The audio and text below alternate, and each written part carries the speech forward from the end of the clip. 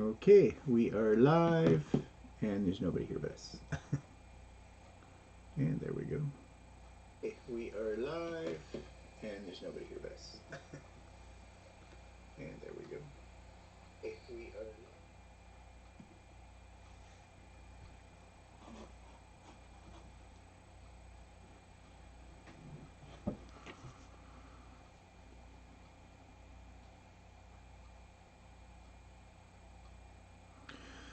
Okay.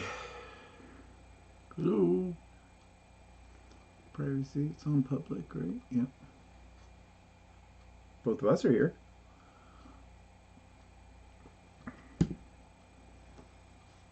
Nobody else is here.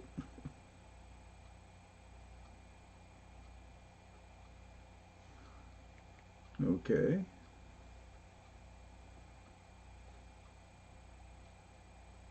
That's weird. All right, that's kind of weird. Usually we got people sitting here.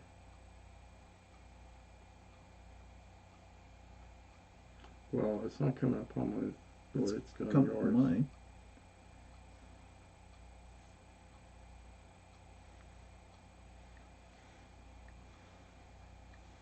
Oh, there's somebody. Yay! Joan is here.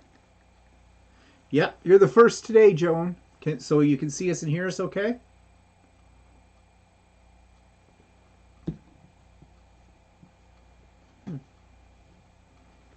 There we are. Just see who else is going to join us.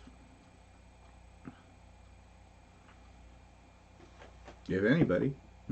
Hello, Joan. Hi, Janie. Oh, Jeannie's here. Hi, Jeannie.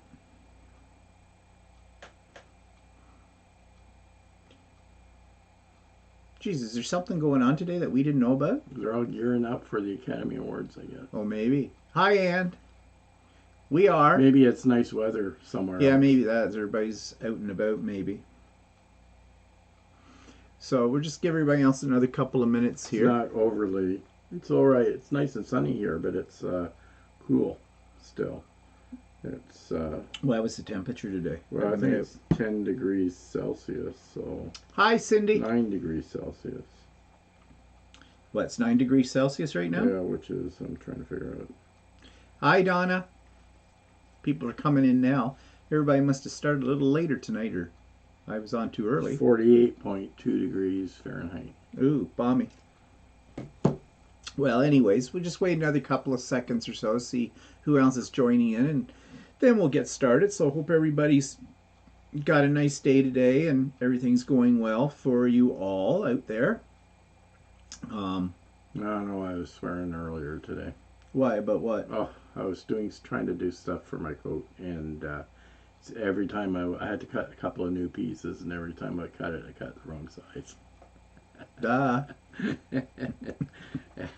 And I was not happy. So I kind of gave up on it. I got a Hi, Billy. couple of things I got to finish before tomorrow. Oh, before your class. Now, how many more of those classes do you have? It's estimated 2 more. We're supposed to do lining tomorrow. Oh, okay. Joan says 58 degrees Fahrenheit here in upstate New York. Well, spring has sprung, I guess. Okay, well, let's go ahead and get started. Other people will catch up, I am sure.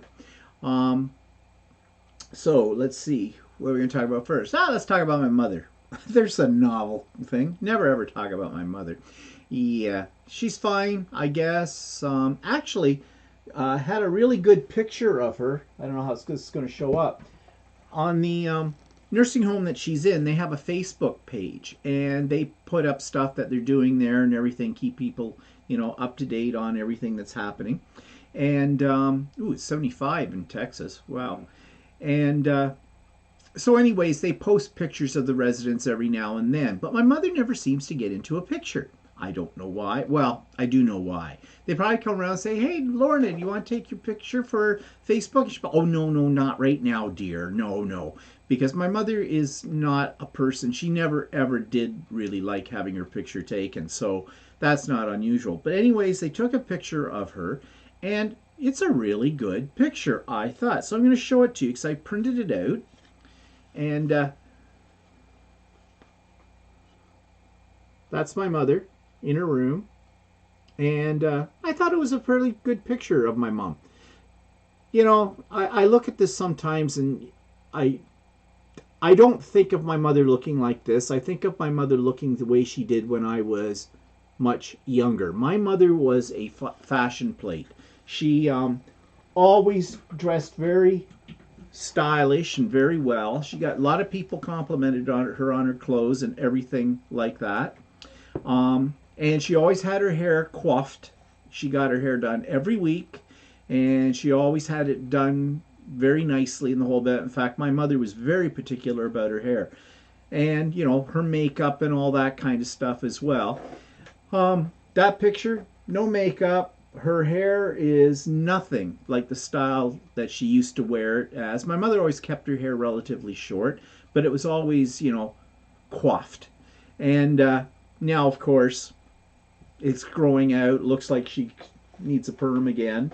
Although my mother's hair is thinning as well, so that's not such a great thing for that. Yeah, because it goes all really fuzzy when she gets it. Yeah. Permed, so. And the last hairdresser that was there at the home, anyways, doing it, I don't know if it was her or my mother or what, but I think it's your mother's hair. I think yeah, probably. It's not just over processed. I think it's just her age. The hair's thinning and stuff. Yeah. Here, Andy. Here's the picture of get the glare off it, of my mother. But anyways, yeah, well, her hair is over processed to start with, or it was. It's probably not now. It's probably all that stuff is probably grown out of it, but her hair is thinning. But anyways, I thought that was one of the nicer pictures of my mother. And this sounds bad, but if she passes away, it'll be a memorial service, and I need a decent picture of her. So, do you show a picture from the past? Actually, a lot of them do. If you look at the obituaries, they show pictures of people who passed away, and they look like they're in their 40s. And then when you read the obituary, they were like 89 or 95. So, anyways, I mean, it may sound a little morbid, but I'm kind of printed that picture out and kept a copy of it on my computer just in case I need a decent picture of my mother, that's a little more realistic. But yeah, but people may not recognize her. Well, that's true. Once they haven't seen her, yeah.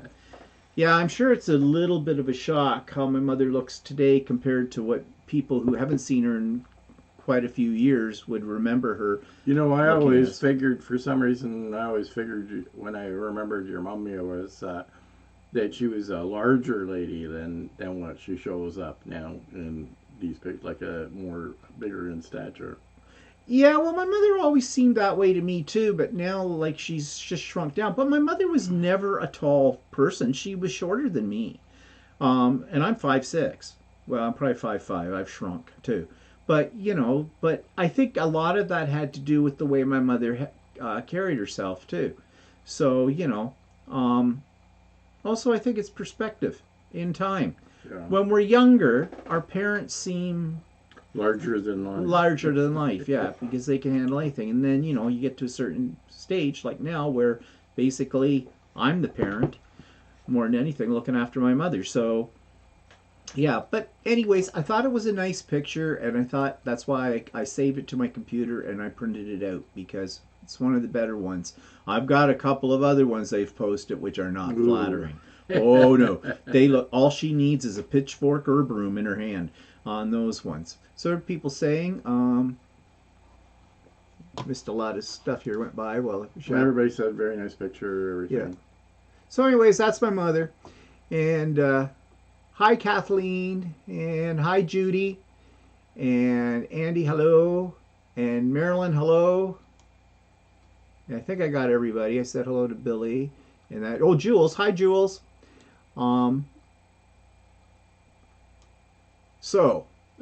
Billy says, my mother's 86. She still has beautiful hair. Well, my mother would have had okay hair too, except she overprocessed it over the years. She was never without a perm and a set. And now when you see her hair, it seems very thin looking. Like she's lost some of her hair and stuff. Oh, we have a celebrity with us today. Go ahead and make me. Go ahead and make me. And go ahead and make me. Thank you for joining. I have reviewed your site on my channel as well. And if people are not familiar with Go Ahead and Make Me, this is a gentleman in Australia who does various crafts, mainly in textile, fabric, that kind of stuff. Very interesting channel, so you should check him out. And just put in Go Ahead and Make Me. And I think if you click on him in the chat line right now, I think you will get a. I don't know, maybe not. I thought you would. It comes up with a link, but maybe not. But anyways, yeah. Well, glad you're here. Hi, Sandra. Hi, Kathleen. Did I say hello to Kathleen before? I don't know. I guess I did. Hard to keep up. Anyway, so yeah, my mom's doing okay, and they're really gearing up to move them into the new place now. I haven't been told officially what date she's moving in, but that picture was in a set of pictures saying we're getting our residents ready, some of our residents ready for the big move on May the 1st. And my mother's picture was included in that group, but I don't know if those two things, what they had written and the pictures they took, actually were connected to each other or not.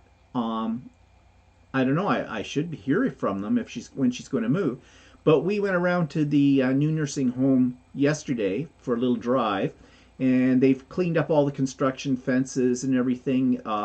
There's another set of pictures online that you can check out that show, I guess each room they've got their beds all set up, they've got the wardrobes in, the nightstands, and they have a chair in each room too, which I guess I don't know if my mother will want to keep the chair that I have in her room right now, or what, or we'll get another chair. Oh, great. Yeah. Where am I going to put that? Maybe I can use it to sit on because this one's uncomfortable. Yeah, where do we put the chair in the meantime? Yeah, who knows? We'll figure a way. My sister might want it. Probably not. Probably I don't know. It's got a matching stool. Well, the only reason I won't throw it out or anything like that is because the chair has a matching stool, which my mother's mother, did needlepoint on. It is kind of an old lady's chair, but, whatever. Hey, Mr. Leon. Hello, Mr. Leon here. Okay, how come you changed your, Mr. Leon, why did you change to Expecto Patronum? Are you doing Harry Potter? Go ahead and make me. Thank you. I missed your mention. I watch a lot of your videos, but I must have missed that one. Yeah, I'm trying to think when I did it. I'll have to go check back and see, but I did do it. I'm pretty sure I did, or maybe it's in my list of ones to do. What's that? My review of Go Ahead and Make Me. But anyways. Oh yeah, that's what I thought. It was Harry Potter. Yeah, I like Harry Potter too. So anyways, it's looking nice in there. They've got furniture set up in there now, whereas the pictures I showed you last week where, it was more empty. So I guess... And it looks like in that other thing that I saw that they had put out, little like welcome packages. Yeah, they have little welcome packages of, toothpaste and things like that. Walter said a barf tray. Things like that for all of the residents. So, kind of like a housewarming gift for them. So that'll be really nice when they get in there. So anyway, I was talking to my sister today through email because Mother's Day is coming up in a couple of weeks' time. And I said, so what are we going to do? We can't go over to see her. We'll have our usual call and that, but you have to schedule those in FaceTime. And I always have mine a standard one for Tuesdays with that. I said to her, so I have to ask my sister these things because she sometimes comes up with things that she's going to do. And I mean, we can take something over to her, but we have to leave it. And my sister lives a mile away from my mother. It's right now she does. Yeah, it's much easier for her than it is for us. And so I said, so what? I said, going to send her a card or what? And my sister said, well, she thought she'd get her some little goodies. And what my sister means by little goodies means chocolate, which my mother will bury her face in immediately, like a 5-year-old. And then she'll throw up with it. That's just the way it goes. So I said, and my sister, I guess, did a cross stitch picture or something for my mother for her room, but she thought maybe she'd hang on to that, not take it over yet. And I said, yeah, I would wait till she gets into the new place, and we don't want things to go missing in the move. They're moving her, but I'm a little worried about her quilts and stuff and things. And it would be nice, I said to my sister, if we ever get a chance that we can actually, they open it up so we can visit her again, then we can go over, we can assess her room and decide, if she wants things up on the walls. They'll put the things she has up on her walls already in her existing room. But, I'm sort of thinking, maybe there's some wall space there. I could make a small, quilted wall hanging or something that in the room, spruce it up. Well, we'll see. Hi, Teresa. Hi, Teresa. So, anyways, I'm just waiting for them to let me know when the big day is, when they're going to move them in. So, anyways, that's my mother. She's fine. So, what have you been working on? Well, I've been getting ready for my next class for my coat. Yeah, well, you're going to show people stuff or what? Yeah, I can. And I've been doing new shirts, but actually I was all gung-ho last weekend, but then I sort of petered out. So I got a half-done shirt. I have 2 new shirts. Well, you've already seen them because we've shown them to you before, but yeah, he gave me 2 of those shirts, so yay. So my coat now has a... As a what? My coat now has sleeves. Okay, here we go. My coat now has sleeves and a collar. So we have sleeves. Ooh. And, of course, a zipper. And I have to do the insides. We're going to line them this week. So the lining's got to go in. So it's getting there. Looking nice. And when are you going to make me one? And then I was working on this shirt. Still have to put the sleeves in it and the collar on it. Oh, it's a wife beater. So once I get that, won't take very long, but I just haven't done it yet. And then of course the buttons. It's the sleeves. I have to sew up the sides, and then I have to do the buttons. But the buttons won't take long. Kathleen says it's so fancy. Yeah, they look good. So the next project that we're doing in the class, but after I've got 2 more classes for the coat, and the next, the material of the coat, it's a 12-ounce cotton twill. This is a coat. It is actually very heavy. I don't know. Don't know. Might be too heavy, but once the lining, everything's in. But anyway, it'd be good for the fall. Yeah, it's more of a cool coat, not really a winter coat. So, but it's big enough to wear a sweater underneath. So Billy sounds surprised. She says that is turning into a nice coat. I have the coat actually has a drawstring down the center of it as well that I have to put in right now. But it's so you can sort of like tie it up, and it will, cause the coat to go in a bit. It doesn't have a hood on it, though, does it? No, it doesn't. No. At first, I wasn't sure about the collar. The collar has a stand-up collar on it. Oh yeah. But actually, it's not bad. I kind of like it. Anyway, there's that, and then after the coat, our next project's going to be another design of a short sleeve shirt that's more casual than the one we've got that I've been doing. And then after that, we're going to make a jeans jacket. Yeah, but you're not making it out of jeans material. No, actually, what I'm making it out of a 12-ounce cotton canvas, and it's probably going to be a camel color. I'm not really big into jean jackets, but I'm doing the pattern anyway because I've never sewn a jean jacket before, and it's more fun doing it as a group. No. So it's the classes that we do.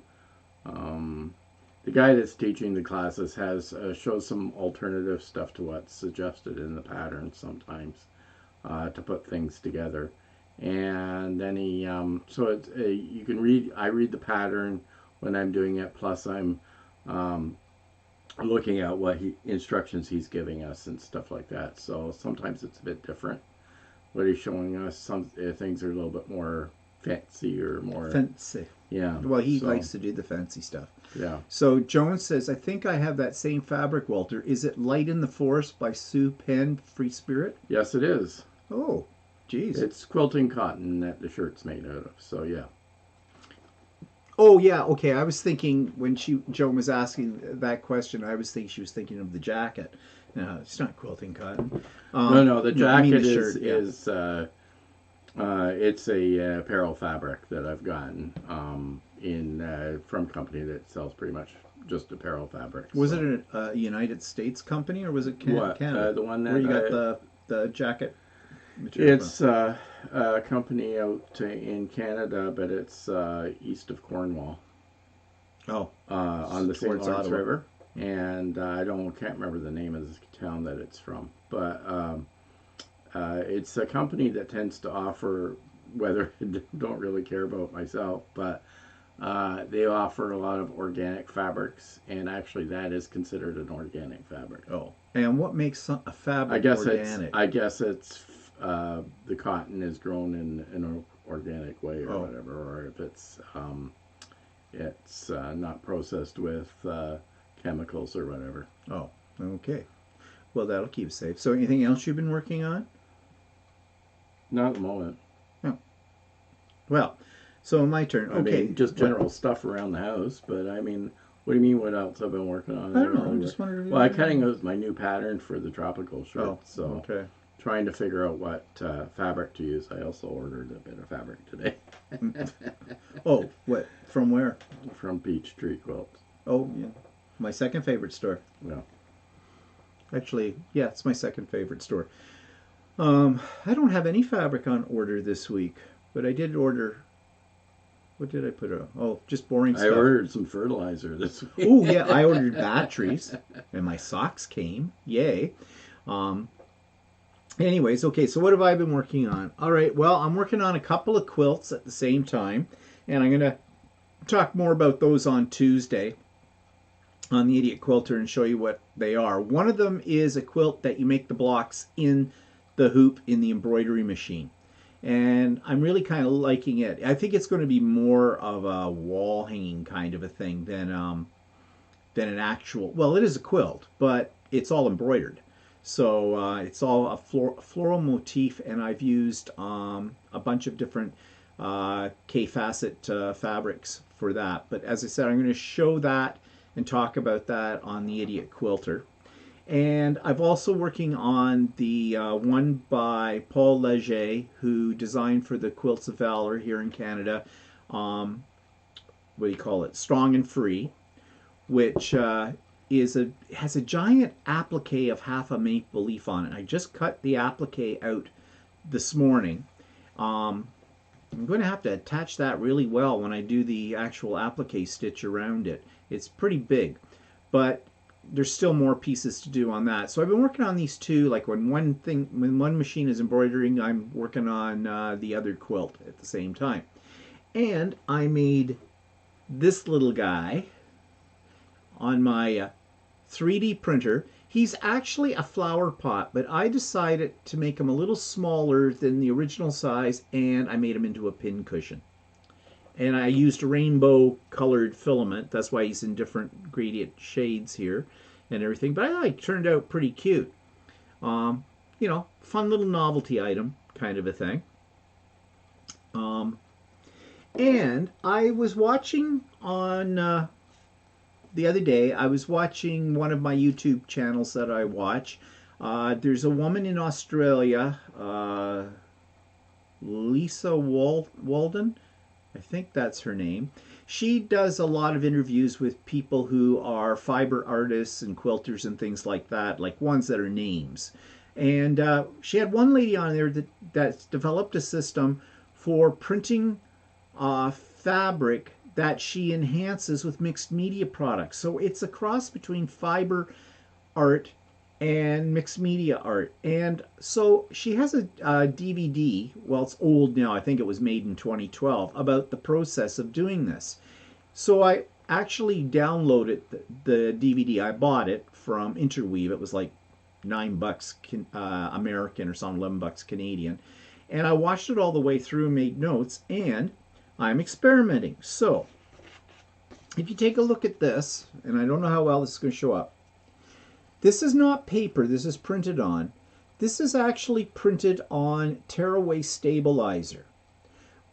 You can put tearaway stabilizer, I have found, in your printer. However, if you look at this really close, you see there's some texture. It's easier to see if it's in real life, but this has got texture on it, and it's flexible, light molding paste. And you lay down a layer of that and, make little marks in it and things like that that gives it texture. And then you let it dry. Now you have to keep it fairly thin because it's got to go through your printer eventually.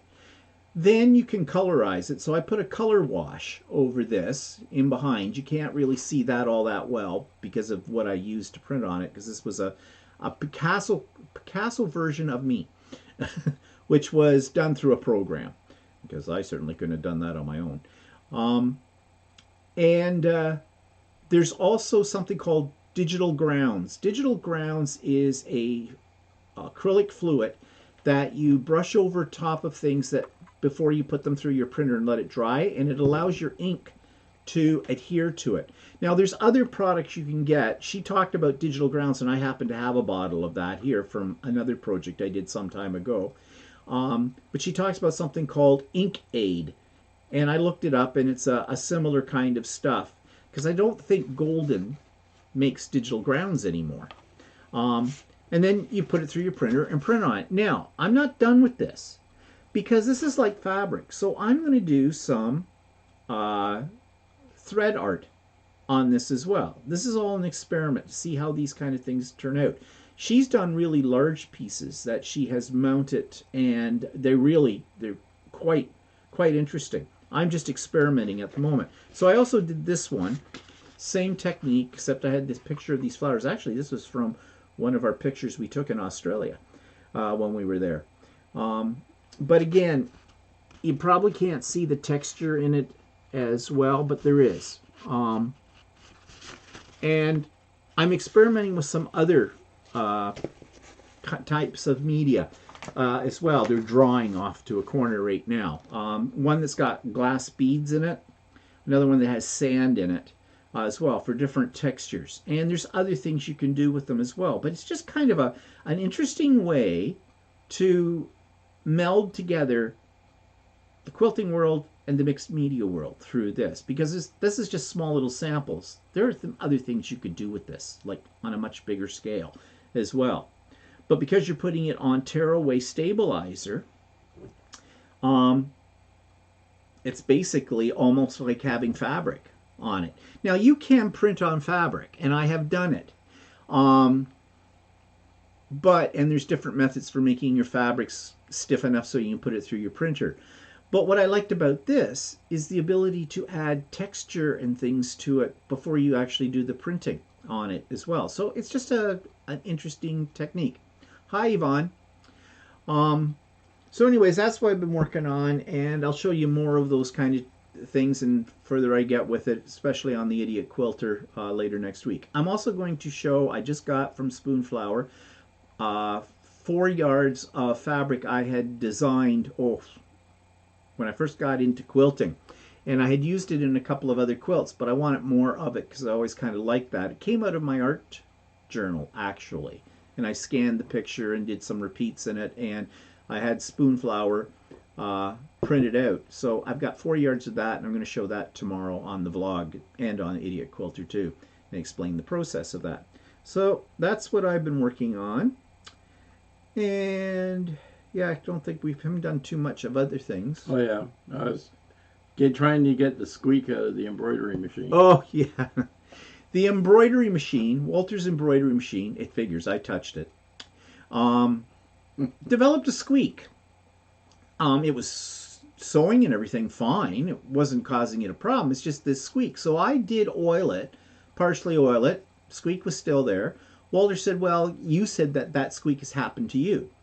Yeah, I've had weird noises from it for once in a while, and then all of a sudden they disappear. But I had a weird noise last time I oiled it, and the squeak persisted for a day or two, and then disappeared all of a sudden. And well, it could be also that we oiled it last week, and we still had the squeak. So I looked at it a couple of times and re-oiled it a couple of places. I didn't want to put too much oil in it because I didn't want it to get saturated. But anyway, the last time I looked at it, suddenly the squeak has disappeared. So Yeah, last thing you do, well, maybe that oil worked through, but I was using yeah, it. it could be that it just took time for the oil to sink in. Maybe. Anyways, the squeaking has stopped for now, so that's a good thing. Speaking of which, I still have mine on order, and I'm getting a little nervous about when I'm going to get it. Now, She said May. she did say May, and we haven't got to May yet. But she sends out this newsletter all the time, and the latest newsletter said something about she got some new machines in or something, so but they're going fast, and she probably might not be able to get more machines until December. Well, she's trying So, to I cause don't- people maybe. to get a panic or something. I don't like know, that. but kind of got me worried because I don't want to wait till December for my machine to come. But I don't want to wait. You're hogging my machine. well, you can have it anytime you want. Yeah, I know. Indian giver. Oops, that's politically incorrect. Indigenous giver. First Nations giver. I don't know. Whatever. Well, you can use Well, it it's anytime you okay. want. I haven't really had a super desire to use it. There were a couple of things. Well, you like were that. busy sewing your coat and your shirts. Yeah. Yeah, I know. But if I want to do an embellishment on it, which I haven't done yet, but Well, you know where it's located. yeah, I know that. Just get your ass down there and do whatever you want to do on it. Oh yeah, my machine has been on order. Yeah. I don't know what she means. I don't know if there's a problem with Janome getting things out or what. Well, there is a big problem with silicon chips. The auto manufacturers and stuff like that have had to slow down, and certain silicon chips there's a shortage of them. So a lot of companies that use whatever silicon chips there's a shortage of are having supply problems. So, and that includes everything. Everything nowadays has silicon chips in it. So Yeah, that's true. Well, maybe that's it. including sewing machines. So Well, I don't know, but we'll see, I guess. So, and maybe depending on where they're being made too. If the country is having a serious outbreak of some sort, they may have their manufacturing closed down. well, that's a possibility too. So, I don't know. Well, time will tell. So, anyways, that's all I've been working on. In fact, I just heard today that in Amazon in Brampton, which is a city near Toronto, Amazon's warehouse has been shut down. Or partially shut down. Partially shut down, I thought. Yeah. Well, that's because they were having all the outbreaks. Yeah. But anyways, what's this? Teresa says all sewing machines are hard to get right now, both because of part shortage, increased demand due to lockdown. Everyone's crafting. Yeah. That's the other thing is that suddenly there's a big new interest in sewing for mass creating, and people are if they're stuck at home, they need to do something. So, and so there's a lot of people that I've read or heard online where they said, well, I would have been into sewing for many years, and all of a sudden started picking it up again because of the stay-at-home orders and things like that. So, Yeah, and then they can dig out their old sewing machine and they don't like it anymore and they want a new one. Well, maybe it's the best time to be in the business of selling them. I don't know. I know, you'd think that, of all the, of all the manufacturing and stuff like that has occurred over the years, and businesses that people probably would never have thought that certain businesses would do well during a pandemic. Yeah. And other businesses didn't do well. Whoever thought a couple of years ago that restaurants would be hurting and things like that, and this sort of thing has put a real screw to a lot of people. So Yeah, maybe. Joan says, I'm getting ready to pull the trigger on upgrading from my Skyline 7 to the M7. My local shop has them in stock. those are both good machines because I've got them both, as you know, with it. The more I use the M7 and learn more about it, the more I like the M7. I'm really glad I have it. I guess everything happens for a reason. So I guess I was doomed with the 15,000, but it led me to the M7 and the Skyline 7 too. The S7, that's a good machine too. I like working on it as well. Yeah, and I have the 6700, and that coat that I have, I'm making has really thick seams in a couple of spots, and it goes through it pretty good. So, Well, I watched a YouTube video. It was done about a year ago or something, just before COVID, I think, got started. And they were at, it was a, I don't know what you call it, a conference or whatever, for dealers of sewing machines and stuff like that. And this one booth was demonstrating the M7. This guy was showing what to do with it. And he was doing some interesting things. He showed the M7 going through 16 layers of quilting cotton. of course, you're going to have a really sharp needle too. Well, yeah. But I mean, still, it did. It went through that. But then he did some things that were kind of interesting. He took some of the thread that was on his spool, just, it was all threaded through the needle. He just pulled long strands of it out of the sewing machine and doubled them over and doubled them over and doubled them over, kept pulling it and doubled them over. So he had a length, about a yard's worth of thread strands. And then he took the zigzag stitch and he put them underneath his foot, the zigzag foot, and zigzagged a close stitch over top of them. He created a cord doing that. And I thought, wow, that's kind of interesting. I mean, it was all made of thread. That sounds like one of those the sleazy salesman trying to sell those cheap products on Wish. Well, I think it was a gimmick kind of a thing, just showing. But what he was showing is how the feed dogs would pull almost anything through, including thread, and that back and forth. But and then he did something with thread I was telling you about with the buttonholer, where he somehow on the buttonholer attachment he wrapped thread sort of around it, and then that kind of built up a lip around the buttonhole, like it made it look a little fancier. I don't know, you'd have to watch it to see it. But anyways, he was showing a lot of things about the M7. Some of them I did not know. Because you can read the manual from cover to cover and you still won't know everything that machine does. Actually, we learned a couple of things by just doing the review on we learned as we were going along with our review. So and speaking of which, this week's So Chatty is all about Walter's serger and cover stitch machine. That was the past one we did. Yeah. Okay. Yeah. We did this week. Yeah. Okay. Yeah. Okay. Depends. That's called a corded buttonhole. Oh, okay. Didn't know such a thing existed, but then I don't do buttonholes. I'll have to look at that because I do buttonholes. You do? You said do. Anyways, so we talked this week about the Elna 864? Yeah, I think so. Which is also the same as my Janome AirThread 2000. It's all made by Janome, both machines and whatnot. Walter has the Elna version. I have the Janome version. And the only thing that's different about the two machines is the color. That's it. Yes, Joan. Actually, that's actually a very good thing to suggest. And it's not just sewing machine, but just about any manufacturer of any product these days often post their manuals online, so you can go through the manual and see whatever product you're buying, what it actually does. Yeah, it's probably a good idea with that. I mean, I have to admit, I'm not a manual reader.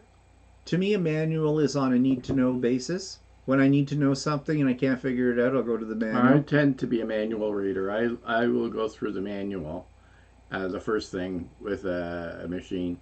But then it's actually a good thing to go through it again after you've been using it for a while. Yeah. Because I started going back through the 6700 manual more recently again.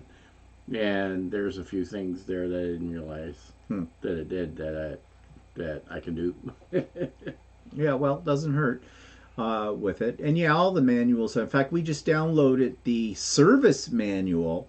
Walter found it for the M7 and for it's not actually for the 550E, it's for the 400. The 400E service manual for the 400E. If you look at the Janome embroidery machines, I'm not sure where it started, but around when the 400E was made, and then they made a 450E, then they made a 500E, and then a 550E, and all of them are very similar in design, except that the size of the hoops may have changed from the 400E to well, definitely the 550E. Yeah. So parts of it are a little bit different, but the general operation is the same, and the machine is basically the same. Yeah. Well, basically, though, he found the service manuals, not the instruction manual that comes with the machines. The service this is manual. how to take them apart. Yeah, which is always useful to have because there are some things that you might think are really a major technical problem that has to go to a technician to fix, and you could probably fix them yourself. Like how I fixed my needle thread. It shows you how to install a new needle threader and things like that. And I mean, not that I go out of my way to do stuff a service technician would do, like try to change the timing or fix the timing or something, because I think that's something that people that have the skill of servicing has a better knowledge of doing than the average person. But it's something interesting to get to know. There's a few things that you might be able to fix on your own. So yeah, it doesn't hurt to have that. Let's see here. Anne says, I must look at the cover stitch and overlock as I'm not sure what the difference is. Well, in a nutshell, what's the difference? Well, the serger has the blade in it, and it cuts, and it does edge seams and stitches your fabrics together. And it has like the rolled hem and the regular serging stitch, right? A cover hem is basically, will basically just hem garments, right? Hem or not really join fabrics together. It's more hemming garments. That's what cover stitch does. Cover stitch, there isn't a lot of stuff that the cover stitch does, but you have one. I have one. Yeah, actually, you can do a lot of the things the cover stitch does with a sewing machine. But the nice thing it will do is when you hem something, it will give you a stretch stitch, right? So on your hem and that. So if you're doing stretchy fabric, then it gives you it'll hem using a stretch stitch. So yeah. And Marilyn says, I enjoyed the So Chatty this week. I've never used a serger or cover stitching to see why can see they would sure be useful for garment making. Well, that's exactly what they are for. The cover stitch is really only good for garment making. You wouldn't ever use it if you're doing a quilt or anything like that. And Kathleen says, I used to have a Memory Craft 5000. It used discs for embroidery. It was bought about 25 years ago. I only bought a new machine because they do not make the belts for it anymore. And they also don't make discs anymore for it. In fact, if you buy, they were putting them on CDs, embroidery designs that you could buy, like Anita Good designs, but now that's all downloadable stuff because you'd have to transfer it to a USB to put into your embroidery machine, and that means your computer has to have a CD or DVD player on it. And the new computers now, unless you specifically buy an external one or you buy a high-end machine and ask, custom build it basically, you don't have a CD reader or a DVD reader in them anymore. I mean, I've got like umpteen million of them laying around the house that are external that I've had over the years, so it's not a problem for me. But you can't use the machines with discs anymore with them because you can't get new ones. Yeah, Mystery Leon. Yeah, you can use that to sew underwear, or a lot of people use it to sew. Like a lot of women use it for sewing bathing suits and like danskin type leotards and stuff like that. Kathleen says, my newer machine, Memory Craft 9900, is also a dual machine. I've had problems like you did with the 15,000. I just use the sewing now. Yep.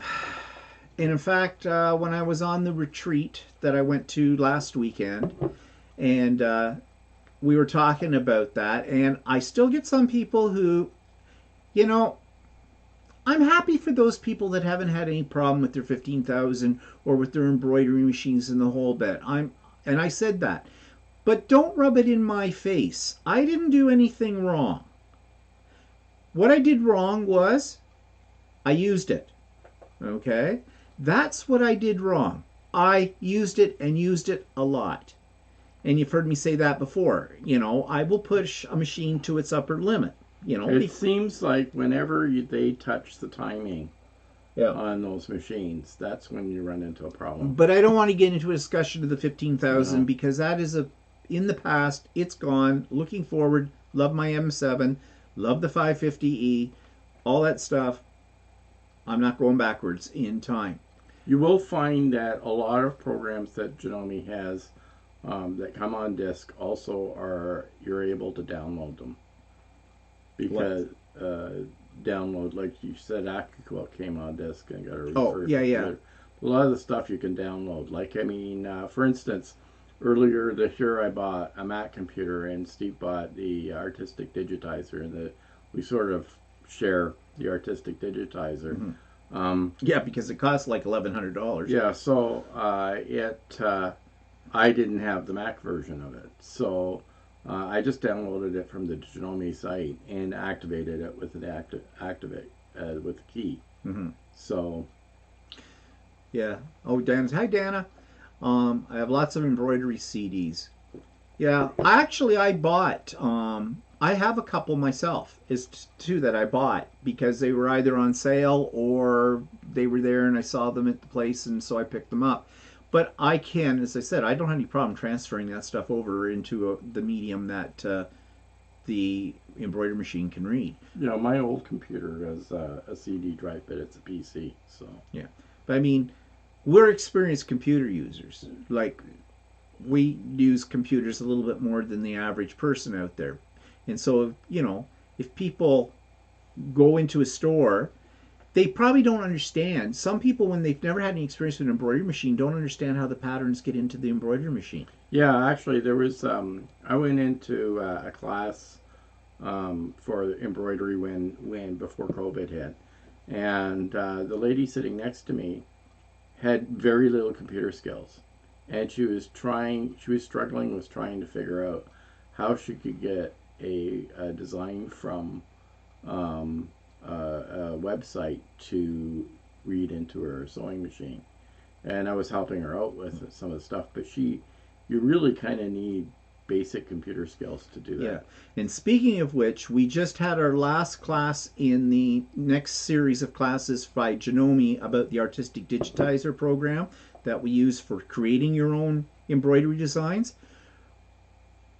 Horrible. I will never take another one. I will never take another one of those Janome classes online like that again, because I mean, the lady that was teaching the class knew her stuff. She knew her stuff, but the problem is she didn't know how to teach it, especially on an online environment. And really, that's not on her. That's on Janome's education team. They should be training their people in how to deliver the information. But you know, I took a cover stitch Janome class earlier this year as well, and it was taught by the leader of the education of the national or international. No, it's the Canadian. Is she the head of the Canadian education team? She's the head of the Canadian education team, and she couldn't deliver. She was absolutely horrible. She was a terrible person to deliver an educational talk. It was just horrendous. Yeah. And I did almost complain at the beginning of it, and she picked up her. She got a little better, but still, it was not. It was frustrating to sit through. Well, we didn't even sit through this class, the last one. I said to Walter, if this is going to go the way the other two classes have, I have no mood today to sit through this at all. I can figure out this stuff on my own. I think we sat there for about half an hour and then said, forget it. Yeah, you're right, Dana. She does. Well, you know because you were in that class too. That one. I mean, the one who's teaching this one that we just finished up, she knows her stuff, but she doesn't know how to get it across. And the other And part of the problem is a lot of the people that are taking the class don't have basic computer skills. she spends, it's a 3 hour class. She spends 45 minutes of that class at the beginning, every one of them, just trying to get people up to speed with the stuff they need to download into the computer that we're going to use. And those things they're downloading are simple JPEGs. They're just a graphic. That's all. And they haven't got a clue how to do it. Like I'll say she's got the patience of a saint. They'll download something, but then they'll say, "Oh, I don't know where it went on my computer," and it's in your download folder or something. It's somewhere, and they don't seem to understand where to get that stuff. No. So, And Teresa says they need to identify the classes as beginner or intermediate. Sitting through a beginner class when you know some of it already is so boring. Yeah, that's true. But you want to know something, Janome won't do it. no. Janome is out to make money right now. Okay, yeah, they're a business. I get it. Okay, that's fine. I did ask somebody who's in the know. I said, do these instructors, I'm assuming they get paid. And she told me, yes, they do. They get paid for doing these classes. Okay, then and we pay for the class. It wasn't a lot of money. 3 classes, 3 hours each, $30, $10 a class then. So, that's not horrible or anything like that. I wouldn't want to pay any more than that for No, it, I can tell you no. that. And for what I gleaned from it in terms of what I had to sit through, it wasn't worth my time, really, through it all. I mean, I thought later we would have been better off just watching one of those tutorials that they do or something. Yeah. Like that. Yeah. So, anyways, what I can mean, you I do? guess you live and learn and stuff, but I mean, you would think that businesses would take a better note of what their education team does and that, but a lot of these businesses don't. When I worked for a company, I would go to these all-day retreats or whatever, and management would go up and do a presentation, and none of them could figure out how to do a presentation properly. You would think that companies would invest more into how to do presentations or educational talks. Well, they don't. Of course, I'm super critical anyways because I'm a teacher or was a teacher, and teachers are the worst students, so we won't go there. Okay, let's move along. So, You want a refresher? yeah, you can refresh me there. That would be nice. Thank you so much. So, what are we watching on TV before we get into the big topic of the day? Whole bunch of things, actually. I watched this documentary called This Is Robbery. It's about, I may have mentioned this last week. I can't remember, and if I did, sorry if I'm repeating. But it was really quite interesting about a art heist that happened in I think it was the 80s? No. Was it the 80s? Yeah, something like that. A big one, and they've never recovered the art from an art gallery somewhere in the United States. I can't remember where it was, but that was really quite interesting. I watched another documentary just the other day called The Devil Next Door. It's about a Nazi war criminal who had immigrated to the United States after the Second World War and had been living his life there, but he somehow he got caught and they tried him in Israel, and he sort of got off, and then somebody reopened it. It went on from about the late 1980s right up till about, well, the guy I think passed away in 2013. But actually quite interesting as well. I like documentaries. I didn't like documentaries when I was younger, but I'm all about documentaries now a little bit. Some of the shows, we started watching The Nevers. Now, The Nevers, some of you can probably get it, but we can't get any of our channels that we have or anything. But I download it. Never mind how I do that. I just do. And I quite like it.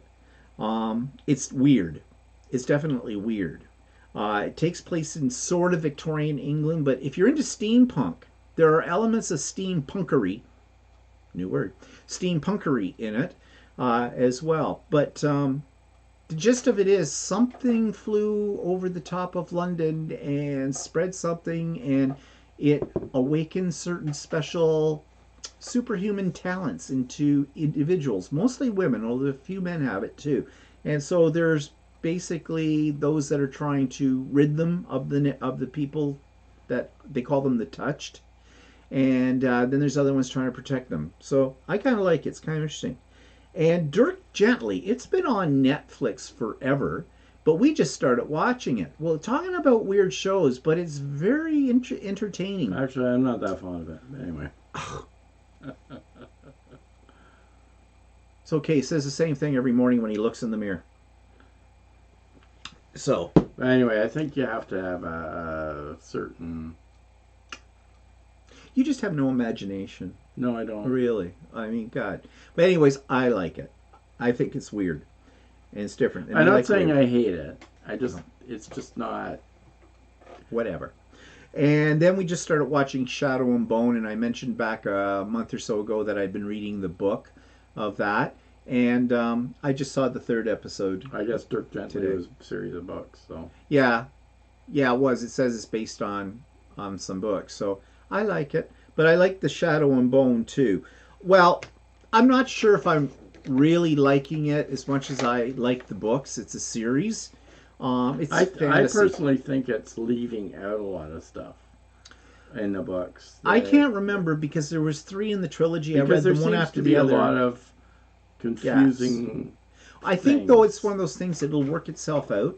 You need to get a few more episodes on you. There's a lot of different characters, at least in the books, too. So it does get a little confusing. But anyways, we'll see how that goes. Yeah, and then we had a problem with our Apple TV trying to run it. Yeah, we found a glitch in one of our Apple TVs that wouldn't let us watch that for some reason. Walter fixed it. Couldn't watch the...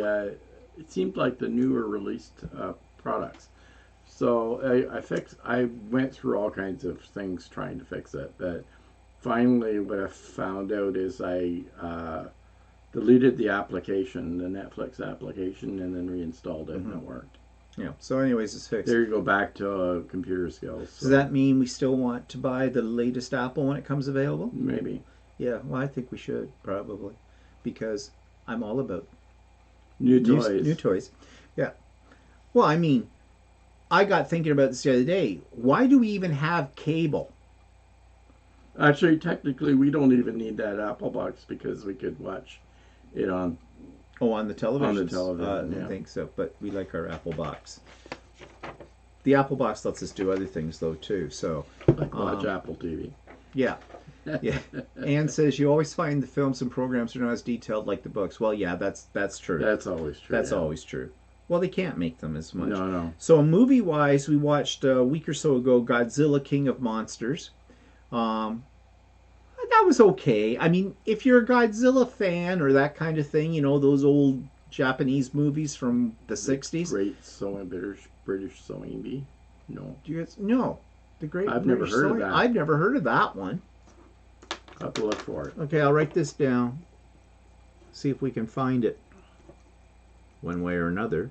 Great British Sewing Bee. Okay, thanks for that. And Thunder Force. Okay, Thunder Force is a comedy. There's 2 women. It's a Netflix production. It's a Netflix production. But you want to know something? The premise of it sounds really stupid. Well, and it is, sort of. But actually, it was okay. It was all right. It was an yeah. amusing little time waster. It's got a lousy rating on Yeah. IMDb. It's like 4.3 or something like that. But actually, it was pretty good, I thought. Yeah. Go Ahead and Make Me says it's a sewing competition on BBC. Oh, okay, sort of like the food competition. Or something like that, yeah. We'll have to check that out. Yeah. And we just watched a science fiction one called Stowaway, which... Yeah, it sucked. It sucked. Yeah, it sucked. It was originally a Netflix production that ended up on Amazon Prime, but it was kind of... I didn't like it. I like sci-fis, but I didn't like that one. Oh, so Anne says that there's men's sewers on it, too, on that show. So, okay, I got to look it up, see if I can find it. And Donna says I used my Fire Stick to watch all, no cable for over 5 years. Yeah, Yeah, well, well, actually, what we did was we reduced our cable to basic, and our well, we don't call it. It's not cable, but I mean, our subscription service. We booked to basic, and then we stream all the other stuff. So, yeah. and we have like Amazon Prime. I bought an Apple computer this year, so we have Apple TV for a year, and it was included in the price of the Yeah. computer. And we have Netflix. And we have Netflix. And then Occasionally, if we have a show that we'd like to get that we can't get anywhere else, we find it somewhere. I have other means of I don't sometimes like, getting them. I personally don't like doing that, but I don't want a million subscriptions either. So No. Okay, so, anyways, that's what we've been watching, things like that. So, theme of the week. You saw it, my header was Canadian rednecks. And you know, last week we were talking about, language in Canada, words and stuff, because people were saying, comparing Canada to other parts of the world, because, maybe not a lot of people know much about Canada. Well, I'm going to back up on this discussion for just a second, which made me think about this. There is, and if you saw the Idiot Quilter this past week, or the week last week, I talked about this. There is a fairly prominent YouTube creator in the sewing world who's Canadian, who lives in my province, who made a big announcement that she is going off on a sewing themed river cruise in August the 1st, starts in Memphis and ends up in Nashville, Tennessee. And, if people, she gave the links to where you can get involved with this and the whole bit. It's, 8 days, 7 nights, something like that. It sounds wonderful. It sounds absolutely wonderful. But, do I need to say more? We're not out of COVID in Canada, yet. There is still an advisory to. And the Americans are not out of COVID yet. Not have non-essential travel outside of Canada. And so it means that you would end up circumventing that. And there's the assumption that things will be completely different by or better or whatever by August type of thing. So I think it's kind of in like, I mean, everybody's situation is different in the world. Like Australia is different than Canada is, but right now we're going through quite a bout of right now it's the worst it's ever been. Yeah. In Canada right now. It's not going to be over August the 1st. Yes, people are getting the shots, but not fast enough in this country and we talked about this last week, so I'm not going over that again. We know supply, all that other kind of stuff, the logistics of delivering it and whatnot. Our government sucks. Yeah, so I don't really feel that people advertising that they're going on a trip. I think it's irresponsible, and that's what I said on the Idiot Quilter. So I'm not going to reiterate all of that stuff. If you're interested and you didn't see that, check out that episode ago, 2 episodes ago. But what I'm leading up to is I made a comment in the comment section of this particular YouTube. And what I said was, I'm surprised that she would be planning something like this. And I said something to the effect, I didn't cut her up or over criticize her or anything like that. I just said I didn't think this was a wise move. And I said, I guess it's wishful thinking. Well, some lady from Texas, not you, Billy, and sorry about this, but let's just talk about this, okay? We're Canadians. We are a long ways away from Texas and Tennessee and the southern United States. And all we have heard since Trump was in power and all of that kind of stuff is, about the rednecks in that end of the world. The people who are the anti-maskers, the anti-vaccine, the Trump supporters, the people with their heads buried in the sand, the extreme conservatism, the let's go out and kill a gay or lesbian kind of, and we don't recognize transgender people, and blacks are not our favorite food.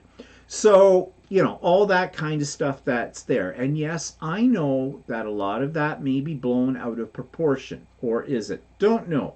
But I got a reply to that comment, and this just kind of summed up for me what a redneck is. And this is what this person wrote. Really, I'm in Texas. We are full on open and fine! Exclamation mark. I never wore a mask. Nothing should ever shut down. COVID has a 1% death rate. I have never even worn a mask. If you don't feel it's safe, stay home. You should be in control, not anyone else. I won't be taking a vaccine anyway. Again, my choice for my health. I don't know about you, but that defines me for me completely a redneck. Redneck, stupid, head in the sand, get COVID and die. Really. Kind of attitude. I mean, I couldn't believe this. Now, did I answer her back? I did. But all I said was, well, Texas is not the center of the world. The world does not revolve around Texas. I'm a Canadian. I'm talking about it from a Canadian point of view and from what we're going through right now. And I just left it. Didn't hear anything back from her. That's fine. But I've just got thinking, this is typical of a redneck. And we associate rednecks with, unfortunately, and this might be insulting to some Americans that are on here, and I don't mean to be insulting, but you probably know what I mean. A lot of the rednecks seem to come from the South. Okay? At least that's the perception we have in Canada. However, I got thinking about this. And as Anne says, we have them in the UK also. We have them in Canada. We do. Oh, yeah. We've got rednecks up here. Now, the reason I'm talking about this is because a lot of people think that Canadians are really nice people and we're constantly apologizing and say we're sorry for this, that, and the other thing. And to a certain extent, we are. But we have anti-maskers up here. We have anti-vacciners, people against taking the vaccine up here as well. Anti-vaxxers. Unfortunately, we have some of those rednecks are in our own government, and that's why things are going so badly. And when I say redneck here, I mean ultra-conservative and ultra support the businesses world, not support people, and lie through your teeth kind of a thing about what's going on, which all sum up what the premier of our province is. It's, it's easy to criticize people in other countries and what they're doing, but we have them here too. Now, where do most of our rednecks live, you might say? Okay, here's a stereotype in Canada. Dana, plug your ears on this one. The Western provinces. Redneck country, okay? Especially Alberta, okay? Now, why would Alberta be that way? Well, they're ultra-conservative. Our conservative party in this country was made up of two groups. The Reform, yeah. which were extremely right, and then what was left at that time of the progressive conservatives, as they were called in those days, the PCs. Or is that what they call them now? No, they're not. I think they're called the Conservative Party now. They're not called Progressive Conservative Party. Yeah. Yeah, Dana says Regina. What, you got a lot of rednecks in Regina? Canada isn't that long out of the trees. I think you got to look at probably it's more the rural areas that tend to be more redneck. Is that not right? Yeah, true. Yeah, because actually even here in Ontario, you get out of our area, out of the GTA, the Greater Toronto Area, and yeah, people have a little different way of looking at life than we might. Billy says, please, not all Texans are morons, so quit running down Texas. Well, Billy, no, I'm not running down Texas. I'm just running down the stereotype that we understand here, okay? I am sure that's why I'm saying Texas is the only place in the world with rednecks. Every place in the world has rednecks. And Canada has rednecks too. And that's really what I'm focusing on. It was just that comment that lady made Just made me She happened think. to be from Texas. She just happened to be from Texas. Yeah. Okay. Uh, what's the huge assumption, Dana? That all Westerners are rednecks? That's the unique thing about Canada. Well, I don't know if it's unique. I think the United States has this too, and probably England does as well. Whatever area you're from Canada, there's a certain characterization. Like you go to Newfoundland, and no one can understand their language, and they all seem to be extremely laid back and just friendly, folky people. You go to the Maritime provinces, and they all tend to be eyes the buys the bills about, and kind of folklore and the pace of life in the east coast of Canada is kind of slow. You get into Quebec, well, they don't want to talk to you because you don't speak French. Uh, you come to Ontario, we're hated by the rest of the province of Canada because the most money is concentrated in Ontario, and that's where the big businesses and the bankers' offices are and the whole bit. You go out west, they all are into let's ride that pony and ride a cowboy, save a horse, all kind of a thing out there. And then you get to BC, and it's sort of like California of Canada. Hey man, want a doobie? Ooh, it's cool. Psychedelics, peace. Oh yeah. So and we're not even going to talk about the territories because we have none of it because we just want none of it. But and all that kind of stuff. So it's all these stereotypes and everything like that around in the whole bit. So it's been really easy during COVID to be smug about what other people are doing. And I heard the other day, and I thought this was kind of an interesting philosophy. Anna on the Quilt Roadies, she had just come back they have an RV and they like to travel around to different places and stuff like that. And they do it on a fairly regular basis. Well, she was someplace where she said it was a quilt store because she's a quilter. And there were ladies in there doing a stitch and bitch or something. And they weren't wearing masks or anything. Now, she didn't say she said anything, but the comment must have come up where these ladies said it's a small town. Everybody knows everybody else. They've had like one case of COVID or something at one point in time. So they're feeling pretty safe.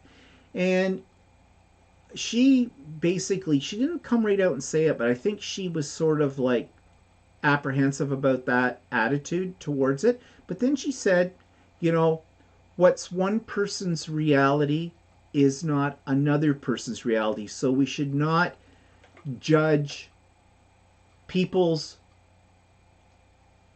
lifestyle according to our own reality, because realities are different. And I think what she was saying, and I'm paraphrasing her, is it's very easy for us to say, well, look, you're doing the wrong thing because that's not something I would do, and I'm doing this, and this is the right thing. Not necessarily. And in the case of COVID, if you don't want to wear a mask, if you don't want a vaccine, what can I do about it except stay away from you? And that's the only thing. I can't change your mind because you've already made it up.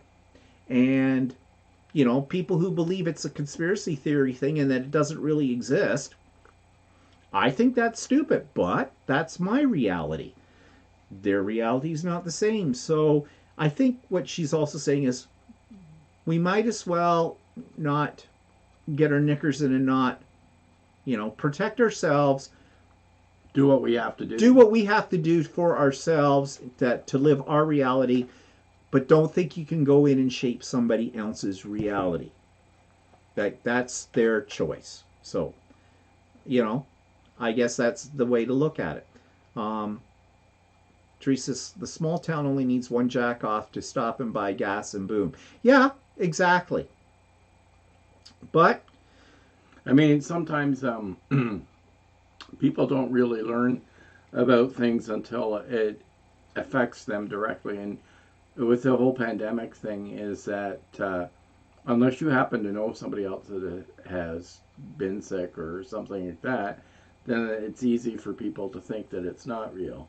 Yeah. Type of thing. So that happens. Hi, Ruth. that happens to a lot of people. So Yeah. But anyways, I thought that was an interesting way to look at it.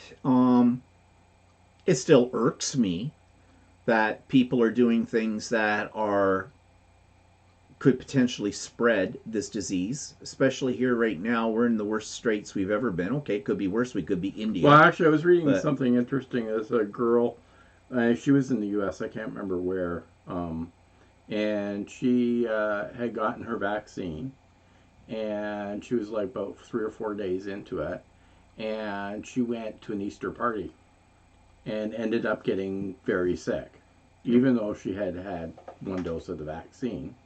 But she had obviously her body hadn't built up yeah. enough immunity. It turned out that everybody else at this Easter gathering had COVID, Hmm. and of course we're very sick by it, right? Yeah. So, she says now in retrospect that was a stupid thing to do. Yeah. Go ahead But and make me says something really interesting here. The reality of COVID-19 is not open to interpretation. Someone's opinion is irrelevant. They should spend a day on the intensive care units where people are dying from the virus. Yeah, I agree with what you're saying there wholeheartedly. But what I am saying is people who have this, I'm going to say, extreme attitude towards this whole thing. I'm not wearing a mask. Like this, what this woman said in here. I've never worn a mask.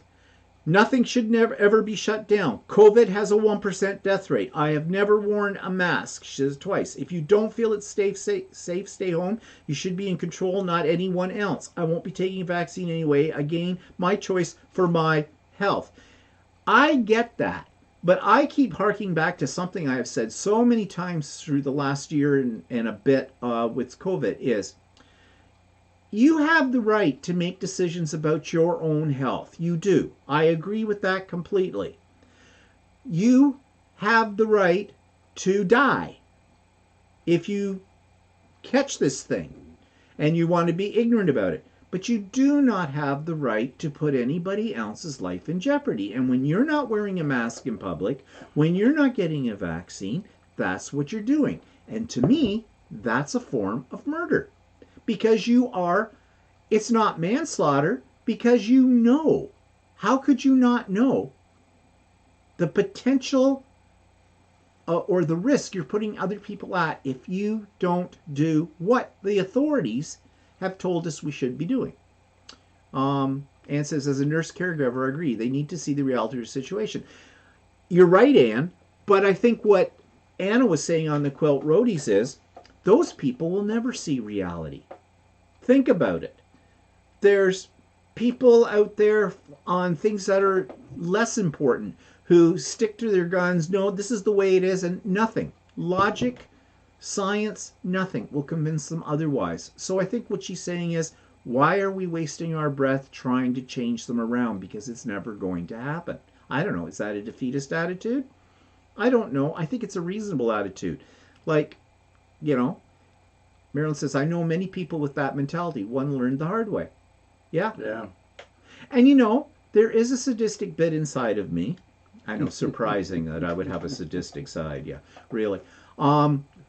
Where, in a perfect world where you have no morals and that you don't believe there's any kind of superior being looking after us or anything like that or looking over us, I'd like to say, good, I hope you get COVID and die. Then you'll be sorry. But that's not really a nice attitude to have, is it? And Dana says, never say never. Yeah. Death is not only bad side effect of COVID. We don't know how many of this era will live the rest of their lives as respiratory cripples. Yeah, I know. That's the other thing. This stuff came on to us so fast. And even with the vaccines, we don't know how effective they are. We're depending upon the so-called experts to tell us. well, actually, I was reading another thing today about a lady that has had both Pfizer shots, and she ended up with COVID. But I mean, she was sick, but she wasn't hospitalized. No, but but they've still told sick, us that. Yeah. They said it's not a cure. It doesn't mean you can't get it. It just means that you might not get it as severely. Like that's the whole thing with the flu shot. You can still get the flu, but if you have the flu shot, it might have lesser an effect on you. Billy says, that's like me walking in my yard without boots when I know a snake out there somewhere to bite my ankle. You wear protective gear for dangerous situations. Yeah, I mean, Yeah, I know nothing's ever for sure though. no. I mean, So, the snake might climb up and catch you somewhere else. yeah. But, anyways, I just thought that that comment was, good. Yeah. Now, I did get a comment back by the person who's going on the river cruise the 1st of August. And I don't know if she was being sarcastic or whether she just chose she wasn't going to engage me in a conversation, which, yeah, I can see that. She just said, because I had ended it with, I guess it's wishful thinking. And she wrote back, I hope so, and put a little smiley face after it. So I'm not sure what that comment really meant. I mean, the way she was presenting the trip, she never ever referred to or made any acknowledgement of the pandemic, and she made it sound like it would be like the way it used to be Yeah, before we had the pandemic. Well, she never even touched upon the topic of COVID at all, one way or nothing. She didn't say anything about what this cruise line, this river cruise line, was doing in terms of safeguards. In fact, what was weird about the pitch was she didn't even seem to know too much about how this cruise was operating. Like, somebody asked, well, how many people would be on board? And she wasn't sure. And then she said there were other things like, is a vaccine required for this? And she wasn't sure.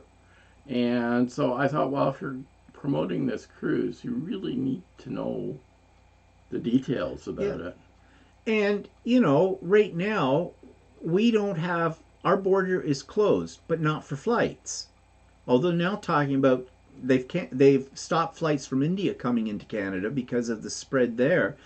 But whether their variant of COVID, and there's a good possibility that our border, they could close down our airport anytime. What's she going to do? What happens if she gets down there into Memphis, Tennessee, and can't get back home? And if she can come back home on a flight, is she going to do what our current government is telling us to do right now, which is you're supposed to spend 3 days in isolation in a government approved hotel, which can cost you up to $2,000. Yeah, for it. So is she prepared to do that?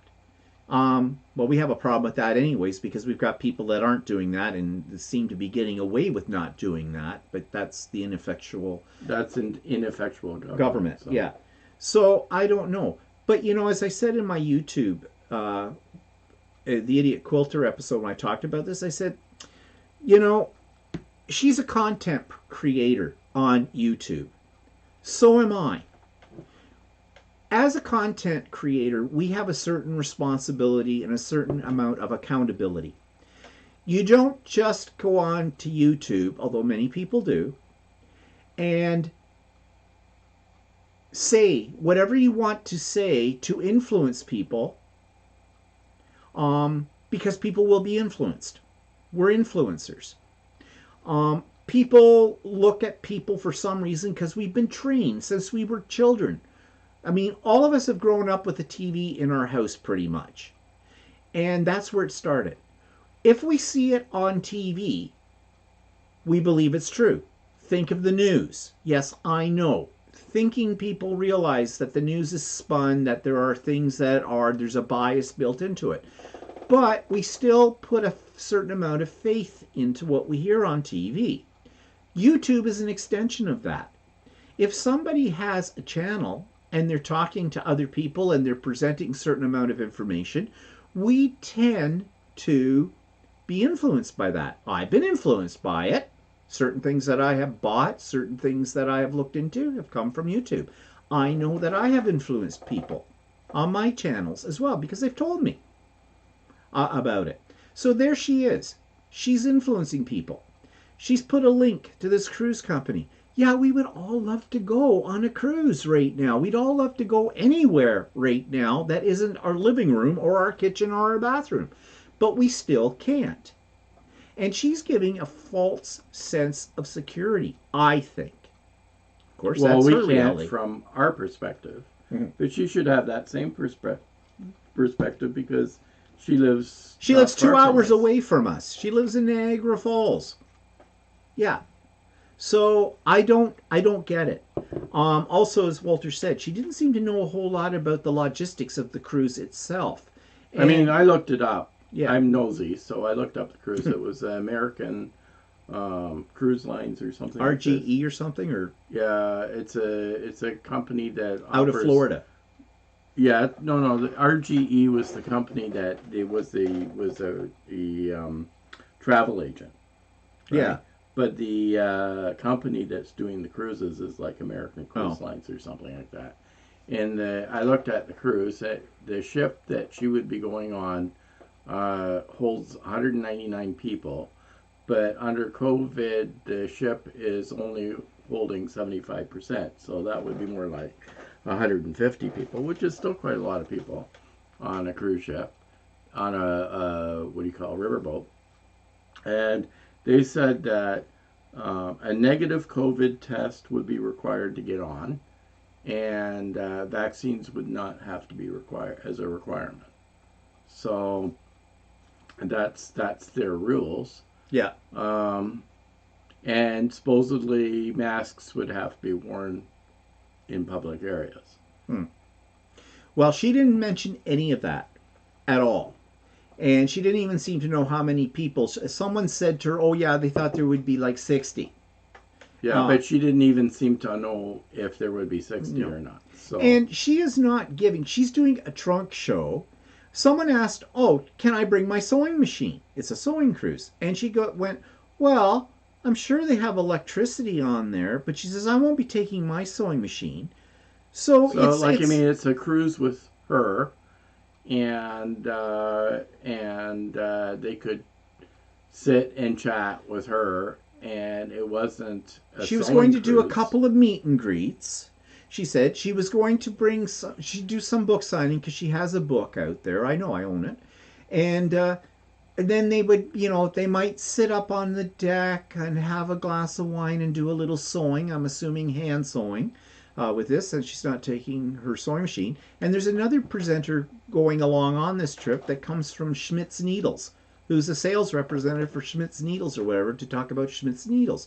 So essentially, It it's sounds not like a sewing it's a bit cruise. of an expensive trip to go with this YouTube presenter, and that's Yeah. it. Yeah, I mean, I think they've got some entertainment on board. Some country and western person I'd never heard of, but then that's not hard. I don't follow country and western music. Was going to be on board for a performance one night, and they were stopping at places in Memphis, and they were going to the Grand Old Opry. They were going to Paducah Yeah. to the museum, Mhm. and then they would go someplace in Nashville or something like that. But I don't know. Yeah, but I I don't don't know what of that is operating. I know that I looked up the museum in Paducah, and it's supposedly open, but I didn't look up anything in Nashville. So No, but I guess the whole thing is she's making it, this whole thing sound like everything is back to the way it used to be back to normal. pre-COVID, and it's not. And there'll be some people who will say, well, if she's going on this and they have this planned, everything must be okay. It Yeah. must be safe. I don't think so. If she was having it, a year from now, well. yeah, I could see that. But Yeah, I know. If it was a year from now, then you'd think, okay, you're planning in advance, and maybe there's a good assumption that in a year's time it would be okay. So yeah, Jeannie says you can't fix stupid. That's true. Yeah. But anyway, But, I guess that's her reality. not ours. It's not my reality. So who am I to make her live in my reality? I will do what's right for me. She's doing what's right for her, and I guess that's the way we go. And hope that some people are bright enough not to get themselves in a situation that could be devastating for them in one way or another. But anyways, okay, so that's our time. There's a link in the show notes for the latest, there's a new word, for the latest Idiot Quilter. episode 111.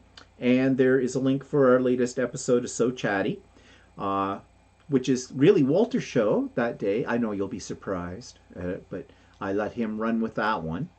That video was probably about the robbery. Yeah, that's it. That's what it was called. I couldn't remember. Yeah. That's right, Jeannie. That's what it was. Anyways, an interesting documentary, to say the least. So, anyways, we're going to trundle off. Tomorrow my vlog will be up. Then the Idiot Quilter late on Tuesday. And, just advance notice. You will find in the vlog tomorrow, I'll talk about it, we're coming to the end of April. So that means the first Wednesday in May is just around the corner, about a week and a half away. So I will have the link for this month, the May's Craft and Chat, in there as well. So for those of you that are regulars of that, or even newbies. And yeah, I think that's it. Anything else you would like to add? No.